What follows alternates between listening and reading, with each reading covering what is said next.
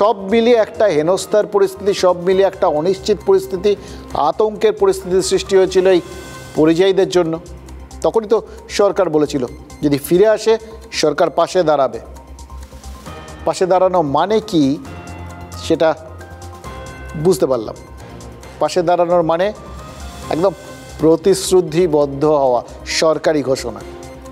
পাশে দাঁড়ানো মানে মাসে মাসে হাতে গরম 5,000 টাকা।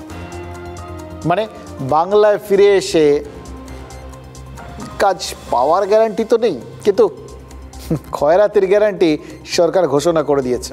টানা 1 বছর এই টাকাটা পাবেন ওই ফিরে আসা পরিযায়ী শ্রমিকরা। মানে 1 বছরের মধ্যেই সবাই কাজ কর্ম জোগাড় করে নেবে বলে সরকার ভাবছে, নাকি 1 বছরের মধ্যে ভোট মিটে যাবে তাই কি ওই পর্যন্তই পাশে থাকার বিজ্ঞাপন দিচ্ছে সরকার? এটা সরকার জানে। 1 বছর পার হলে কী হবে? তখন কি কেউ বলবে রাত গাই বাদ গাই?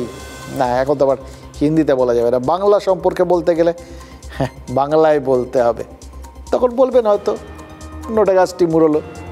কিন্তু দেখুন, গোটা ব্যাপারটা কিন্তু খুব খুব ইন্টারেস্টিং। গোটা প্রকল্পটার নাম রাখা হয়েছে শ্রমশ্রী। সঙ্গে ছেলে মেয়েদের পড়াশুনোর ব্যাপারটাও সরকার দেখে নেবে বলেছে। কিন্তু কি দেখবে বলুন তো?